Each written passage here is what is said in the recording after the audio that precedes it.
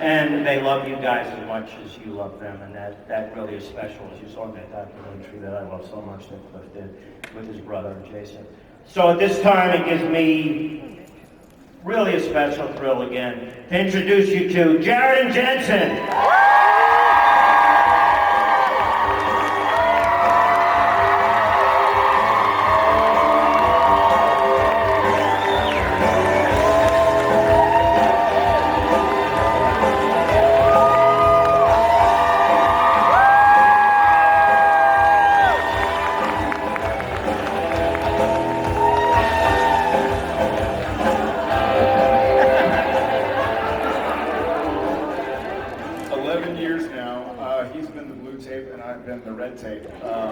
Explain what that means. So when we go to set and they set up our marks, sometimes we'll be changing to our fed suits, fed threads as they call it, and so we'll get to set, it'll already be blocked, and every now and again we have a new worker in the camera department who's putting the tape down, and so there'll be blue tape, Jensen goes right to it, there'll be red tape, I'll go right to it, and they're like, oh no, y'all are switched, and we're like, but... No, we're not.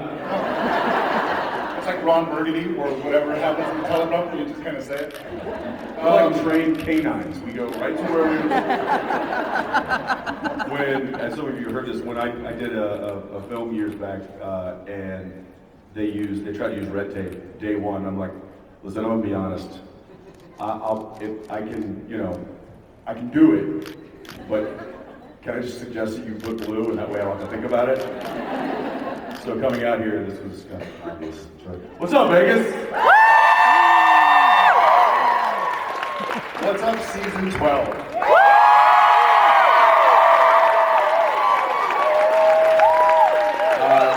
Thank you. I love you. We love you. And we are officially going to be the show that never ends.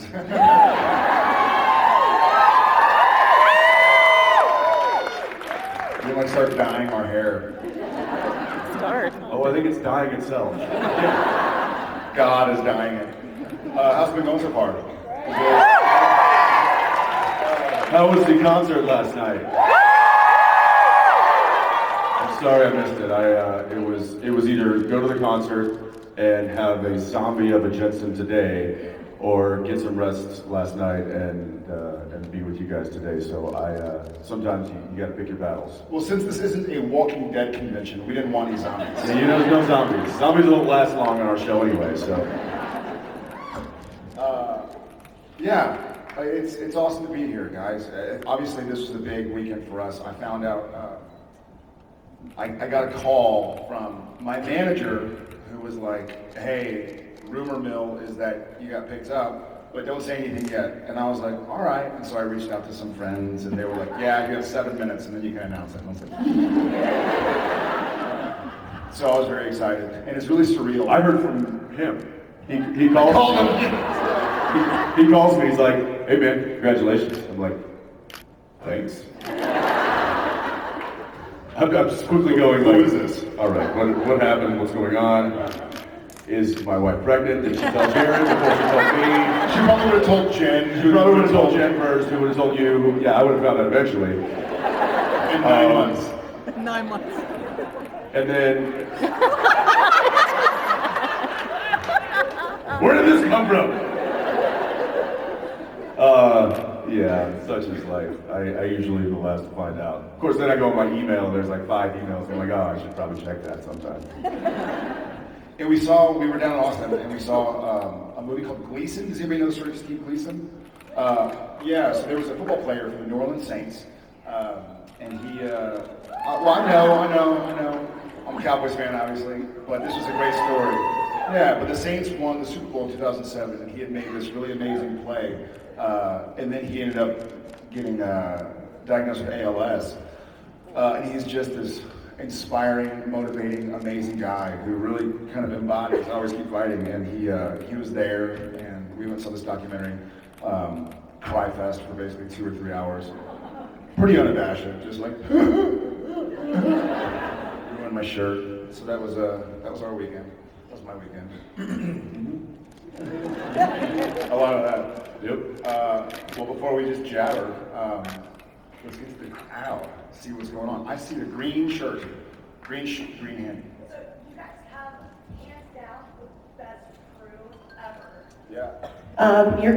Jesus. Hey, take it easy. It's early. Sorry. Oh, I know. You guys have the best crew ever. I was actually in Vancouver last week and got to go on set, and your crew is just the heart and soul. I love them so much.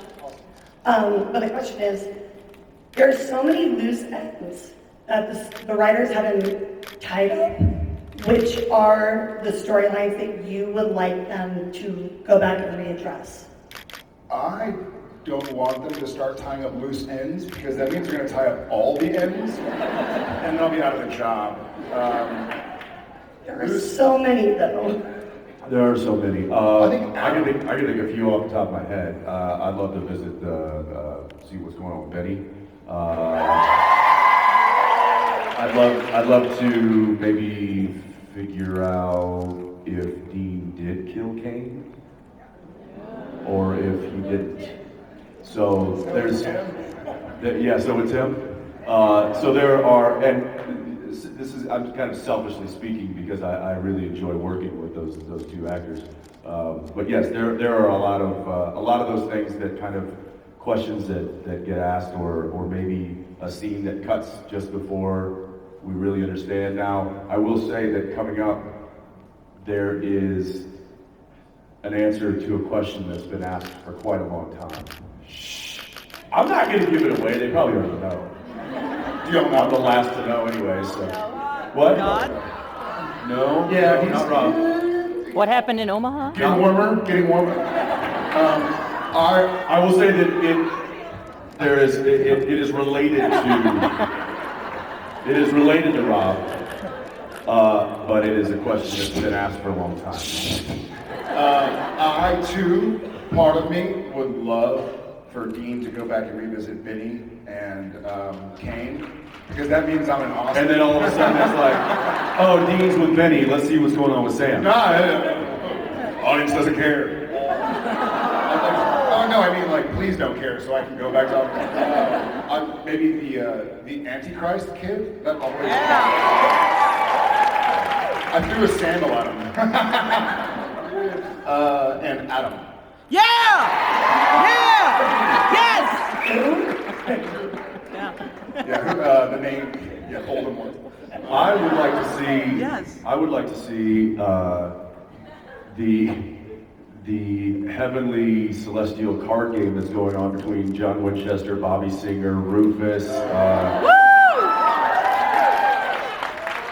I wish we could have posted that video already. What video? From Phil. When did we get the clearance? We have You another. have clearance, Clarence. Roger. What's right back there? There's another really Don't call me funny Shirley. shady people punting things 2-minute video that a lot of people ask what's it like behind the scenes, and this is a legitimate, like the cameras are just kind of running for 2 minutes and you see what happens in between two takes. Like in its entirety, cut together, and it's pretty funny. I laughed out loud and rewatched it. And I was getting my tire fixed because my wife had a chuck hole and the tire exploded. So I had to go like wait at the GMC dealership. And so I was like, oh, I got an email. So I'm sitting there going, that's all right. But yeah, you know what? Also, realistically, I was a huge fan of the first season of Lost. And I might like the rest of it. I haven't had the chance to sit down and watch it all. But when season 2 started, one of the things I didn't like, and sometimes a loose end is tied up, and like, I think J.K. Rowling and J.R. Tolkien were geniuses at how to tie up all loose ends with no more questions asked. But sometimes tying up a loose end just to tie it up can kind of jump the shark, right? So I think these are questions that they're like, well, let's kind of keep it in the ethosphere. So maybe we'll never get to answer those questions, but hopefully if we go long enough. So I'll keep bringing us back. I mean, you guys come back, we'll be here, so. All right, how about right there behind you in the red? Yep.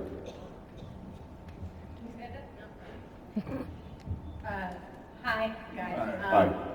First, I just want to say really quick, thank you for always doing liquor face, because I bartend here in Las Vegas, and nobody is immune to liquor face, and everybody it pisses me off when somebody like some self-proclaimed badass takes a shot at something and makes no noise. That pisses me off too. Yeah. In fact, there are two things that, I'm gonna say three things, that I notice when I watch other movies or television series that I'm like, that I almost have to turn it off and not watch it anymore. What are they, It's, if it's one, liquor face.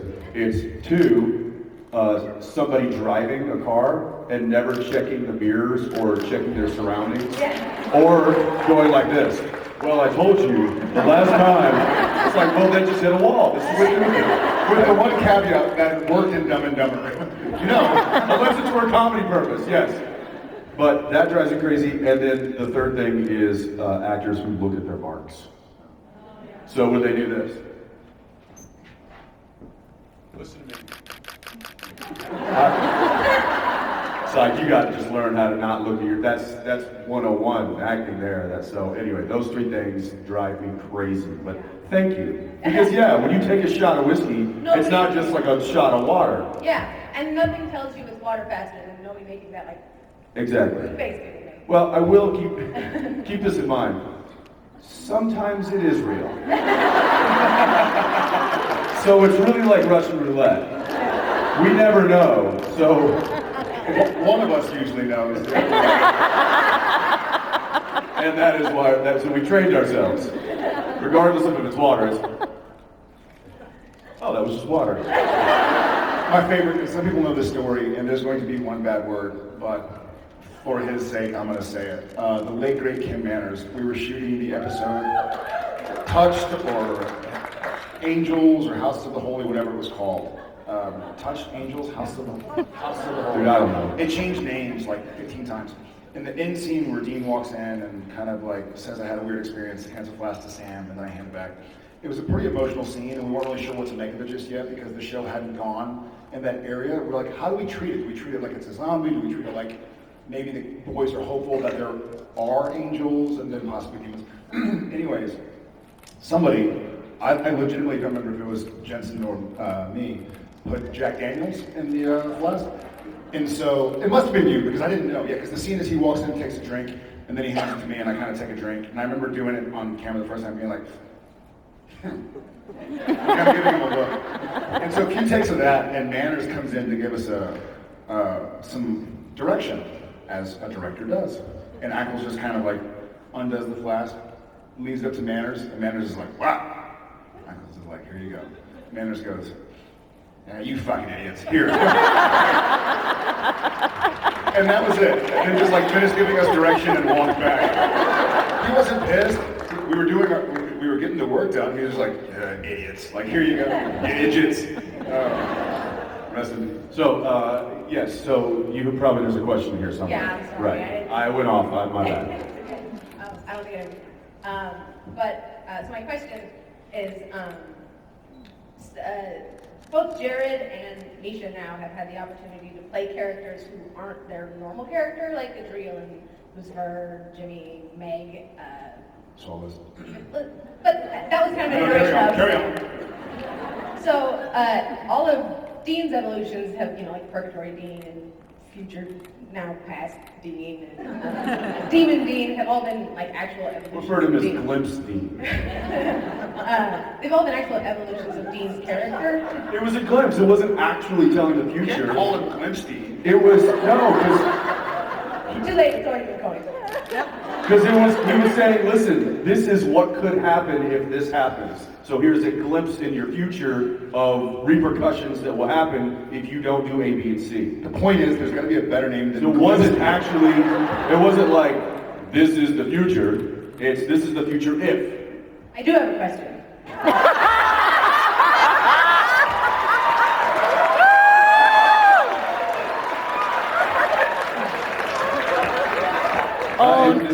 This is 12 years, basically. Yeah. We need to solve this. It's not Glimpse, it's Glimpse! Hi. Hi. In the red there, what's your question? Yeah. She forgot it. So, Jensen, are there any characters that you would have any, since we have a whole other season now, like to explore and get to like shrug off the comfortable jacket of Dean and maybe try and play somebody else for a little bit? No, I am so comfortable. I am happy in the Dean world. I will say yes, because it has always been just versions of Dean. Even though Demon Dean, it was still Dean. So there is always the common denominator of having Dean as the base of whatever version of that I play. And yes, he's had to play different versions, or different versions of Sam, but also different characters. So I don't think I've really had to do that. And I don't know. That's not been a decision of mine. I don't write the show. I'm not responsible for the storylines. I just kind of do what they tell me. If I have a major problem with it, obviously I'll take it up with the writers, but I've never really had to do that. So I don't know whether that is a conscious decision on the writers to be like, we don't want to get rid of Dean. We need Dean to stay him in order to facilitate these other characters going rogue. Or to take care of that, or whatever it may be. The reason that they haven't made me play somebody else is I don't know, it's a mystery to me. So maybe they will. I don't know. Do you remember the one time you did go to bat? Well, the most recent time you really went to bat with the writers, and made it to the gag reel. You directed the episode. Oh yeah, the hammer. The hammer versus the knife. And so finally, he really wanted the ball peen hammer, and the writers wanted the knife. And For the Demon Dean to chase him around. Season. And so finally, when we free him from Demon, we're like, why did you grab a hammer? Why didn't you grab a knife or something? He's like, okay. All right, next. Thank you. Yes, Kmart. Can you ask them to keep it down a bit? Maybe Oh yes, no, maybe not please keep it scream. down a bit. It's really loud. Someone's hungover. Especially when you're screaming. You, Keno numbers. do I know numbers? Keno numbers. Give me like 3 or 5 or 6 or something. 14, 64, 19, 7. I think I need at least one more. 25. Okay. Thank When you. we split it. Carry on. I'm gonna go way over there. I see. Yes, you. Just yes. I didn't win last time. You guys talk about joking around a lot. What's the longest it's ever taken you guys to actually get a scene, and like how many takes did it take? Sam There's Winchester tries to well-documented, sex.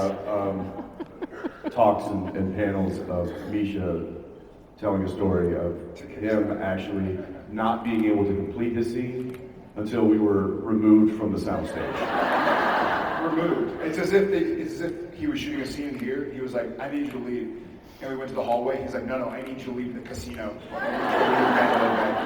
And we were just laughing so hard that we didn't really realize, and that we had been used And to at first we were like, yeah, whatever. And he turned to our first AD, I believe it was Johnny back at the time.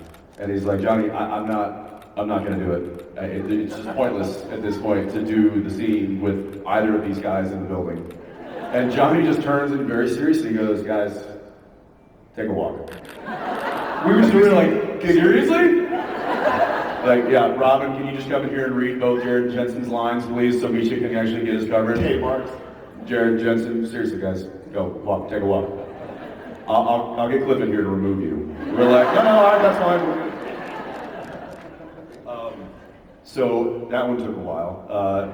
There was also some earlier years where Jared's gastrointestinal issues would clear a set.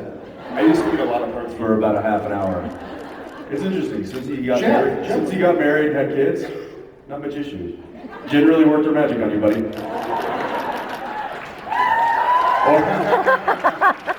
I'm getting old. I stopped working out so much. I stopped eating so much protein. Or just so much junk. Junk.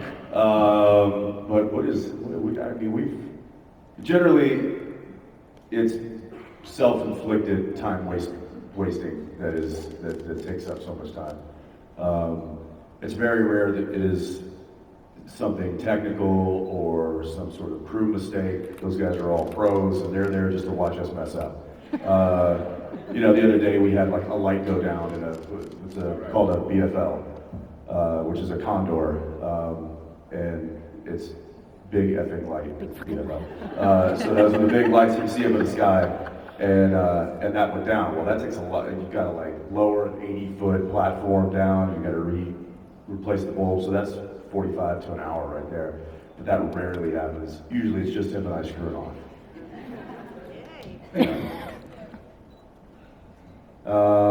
Yes, right here in classes. Okay, so I was a fan of Country Hill long before I ever watched Supernatural. So my family, we all know Danneel before we knew you. So like in my family, I'll go home from a convention and they'll be like, you know, Jensen did this, and they're like, which one's Jensen? I'm like, Danneel's husband. So it's kind of an interesting change. if you say Jared did this, you have to be like, Daniel's not husband. No, I'll just call one.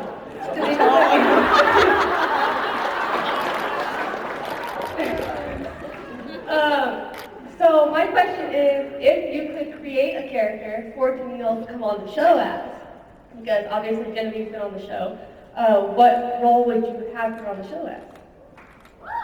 Because I love her very much. Me too. I don't know. Knowing her as well as I do, I think it'd be, she would have more enjoyment playing a evil character. Yeah. So good at it. Tread lightly. Yeah. My wife already played an evil character. It's the evil ones that are the nicest in real life. Wow, thank you. Count it. And it was. Caught it too. I don't know. I think it would be something in the lines of some kind of omnipotent power of, you know, of badness. The darkness is certainly Amara is a great character, and I think that I hope that kind of pans out to be as good as I think it could be. That would, something kind of in that vein, I think would be great for my wife. Yeah. Thank you. Thank you. Third row. Third row, third seat. Yes, you. Yeah, hi, wait. Or were you just stretching? No. Okay. No, I know the question. Good morning. Good morning, that wasn't your fault. That was Jared's fault. So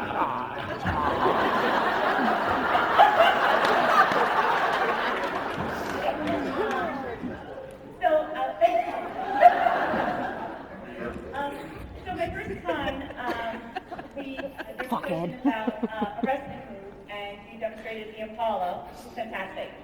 And so with the wrestling episode this year, did you have an opportunity to use it on screen or not? I did not get to. No, and the scene in the ring where Dean gets in the ring and starts jumping around. So this is why I love Phil. That was, I think it was like maybe 1 or 2 takes, and all I did was roll into the ring, get up, bounce off, I think the ropes once, do the Ric Flair, and then run over and climb up onto the corner there, and then I get busted. So they cut and repeated all of that stuff so much to where it looked like I was in there for like a half an hour running around. I did 1 take, and I guess Phil thought it was just so good that he was like, okay, we're just gonna, as though I got out of the ring and got back in like 5 times. I just did it once, but they edited it to where it looked like I was messing around in there for quite a while. Yeah, so had I known that they were gonna make such a meal out of it, I probably would have done some other moves. Luckily, I had Mike there, who kind of gave, he was like, dude, you gotta do the Ric Flair. And I was like, well, which one? Because he was kind of known for a few things. And he's like, this one, and he did it like perfect. I'm like, all right, that's what I'll do. And boom, I did it. And Mike was like, man, it took me like 5 years to learn how to do that right. Like, well, I can imitate. I can't come up with it myself. And so, yeah, so it was really quick. And but I didn't get a chance to do as much as I would have hoped to do had I known that they were going to cut such a big section together. So, oh well, next time. Thank you. Thank you. Where are we at? How about with the phone up there? What was that screen? Color. Color. Yeah. So you know. Red. Red. Okay, comment first. It is so refreshing to have the boys talking to each other this season. And I was sitting in my living room just knowing that Dean was not going to tell Jared that his deepest desire was the darkness. And you did. You told him. And that Well, I told Sam. Dean told Sam. Yes, you told Sam. But Jared heard. Jared heard. He did.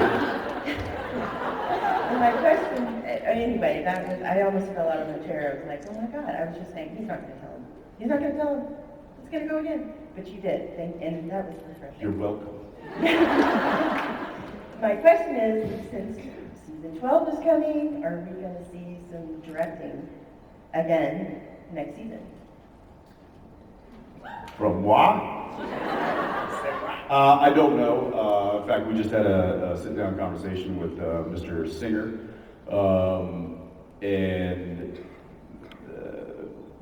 until we're finished with this season, they don't really start lining those slots up. They have ideas, and they'll put those offers out to the agents of the directors and stuff like that. With me, it's a little different because it's kind of in-house. So they just kind of have to, ask me if I want to, and then I need to think about whether or not I want to commit. Because I will warn you, it is, or I will tell you,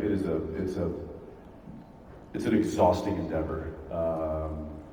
I can't imagine doing a full feature film, the way that some of these guys do. But the real thing is doing an episode of television like our show, you have a week to a week and a half of prep time, and before that you're reading and breaking down the script and trying to get ideas of what you want to do, because it's all up to you. You got all 80 people staring at you and saying, what do you want us to do? And that can be pretty daunting. So to break that down, then to prep, then to facilitate and film, and then to go into post-production and edit and do all that stuff, it's almost a month of draining experience. So that's why you don't see directors shoot one episode after another.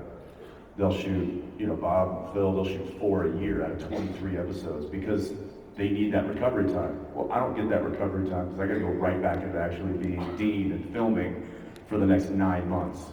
And so to start out, stop it! To start out,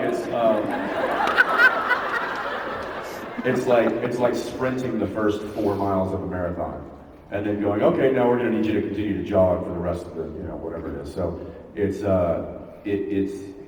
I'll have to talk if they allow me to do it. And they say, yeah, it's up to you. I'll have to have a sit down talk with Danneel and be like, all right, can we go through this again?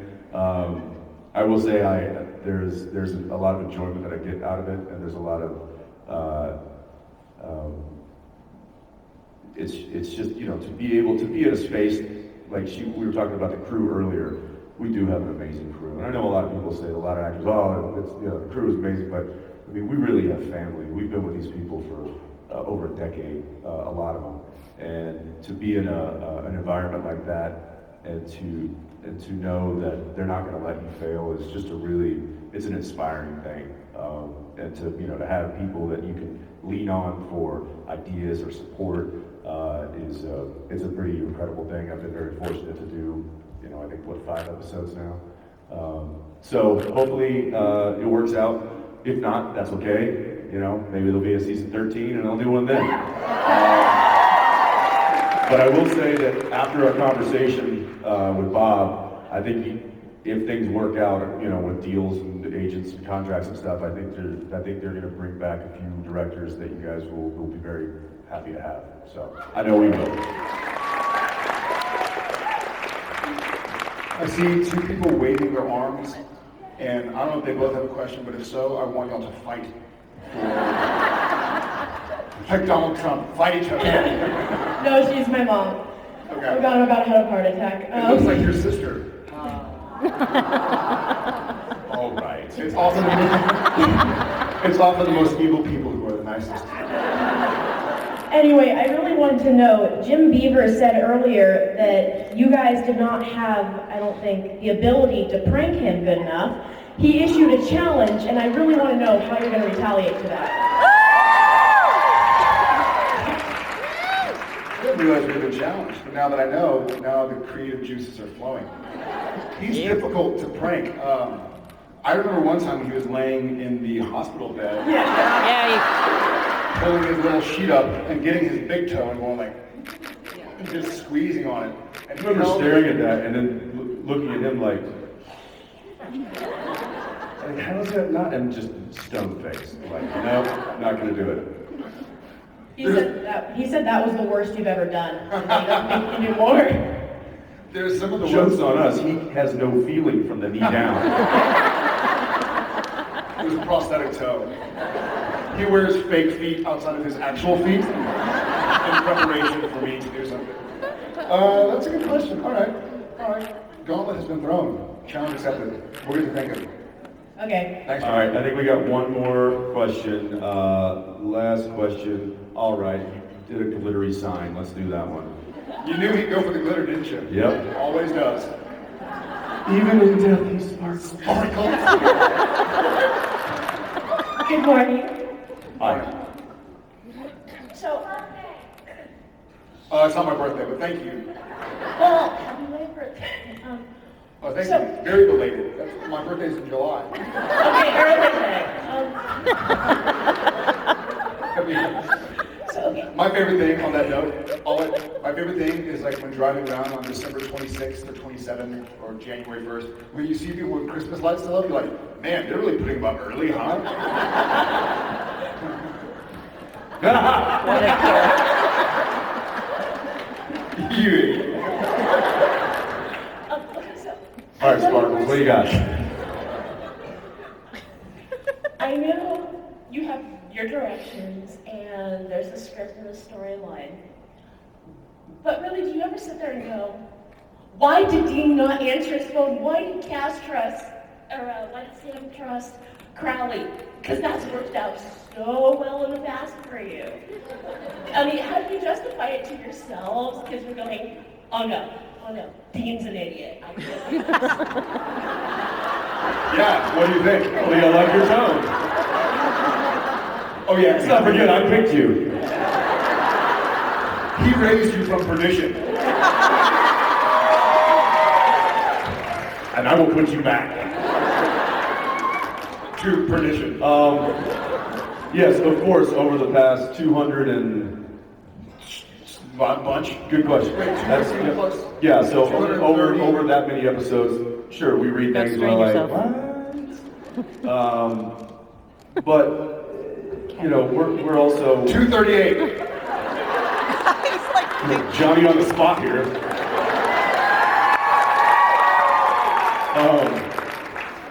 But we also know that, you know, this is, we're invested and we know that these questions sometimes get asked for a reason, or these actions sometimes have meaning that we don't necessarily see right away.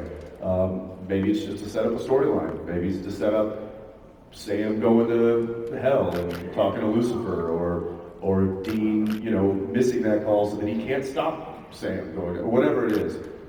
There's generally a method to the madness, and we have to trust that the writers have a method, and so far they have. So, you know, we hope you do too. The only times that I feel like, Sam, Dean, you're such idiots, is when it's actually like a fight scene scenario where maybe we've finished most of the sigil, but like a finger, and then demons run in, and we're like fighting them and losing, and then finally we put the finger up and they explode. You're like, why didn't they just do it the second the demons walk in? You shoot like, clap your hands if you believe, or clap your hands if you understand, or whatever. Clap your hands if you believe.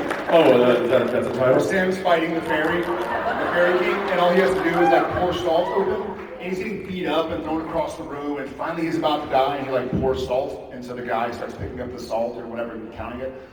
I actually added the line, like, why did I do that in the first place? And I kept it. We have something else coming up like that. We were like, why don't they just finish this, which would have taken a millisecond before getting beat up for like 15 hours. Because then they wouldn't have the scene of them getting beaten up, and the bad guy wouldn't have been able to give his exposition about why he's doing what he's doing. And there's 100 times when it's like, they are highly trained, they've been doing this their entire life. How when they get thrown across the room, does their weapon always always lie in a place that they can't find it? Why isn't that You know, like, first of all, two things.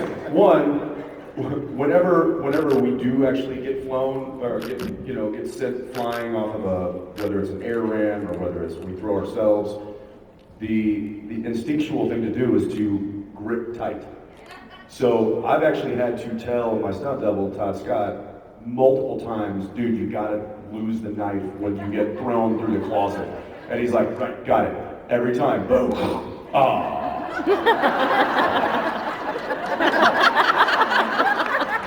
So right there, it's just like, but again, then we would be armed and we would just kill the person and they wouldn't be able to choke us and tell us what they're doing and why they're doing what they're doing, and none of us would know anything.